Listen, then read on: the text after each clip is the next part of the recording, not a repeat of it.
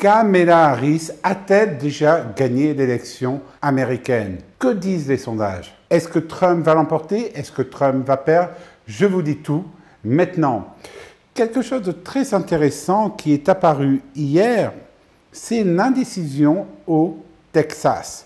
Et oui, le Texas, qui est le bastion théoriquement des républicains, hier, selon CNN, Kamala Harris pourrait arriver à 51% et Donald Trump à 45%. Mais ce n'est pas ce sondage réellement qui m'a le plus étonné. C'est un sondage aujourd'hui pour vous montrer que la campagne présidentielle américaine est très serrée. Donald Trump est accrédité de 268 grands électeurs et Kamala Harris 270. Mais pourquoi Kamala Harris risque de l'emporter? Voici mon point de vue par rapport à ce que je vois essentiellement sur X. Tout d'abord, Donald Trump. Donald Trump a fait un discours qui est vraiment très différent que d'habitude, en disant qu'il va reconnaître sa défaite. Et vous voyez aussi le niveau de protection qui est actuellement en vigueur auprès de la vice-présidente des États-Unis, Kamala Harris. Vous avez totalement une université qui est encerclée par des grillages de sécurité. Et vous voyez qu'il y a une différence entre la sécurité de Donald Trump et de Kamala Harris. Ici, c'est un point important. C'est qu'ils vont regarder les sondages, ils vont regarder les tendances et ils vont mettre plus d'hommes là où il faut.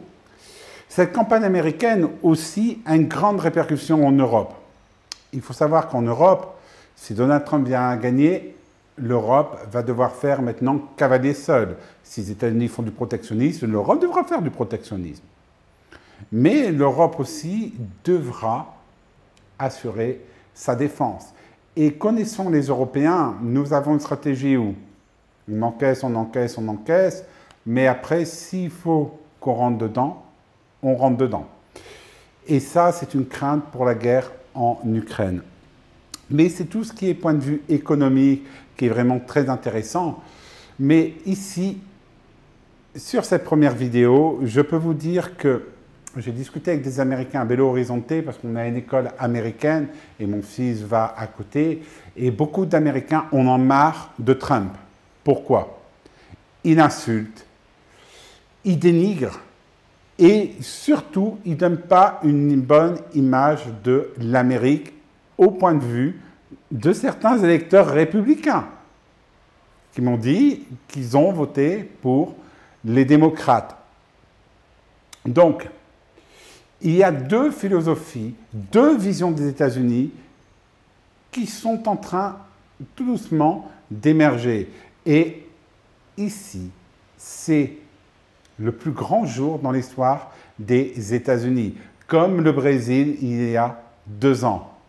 Deux chemins qui s'offrent à eux, mais deux chemins où le retour sera pratiquement impossible.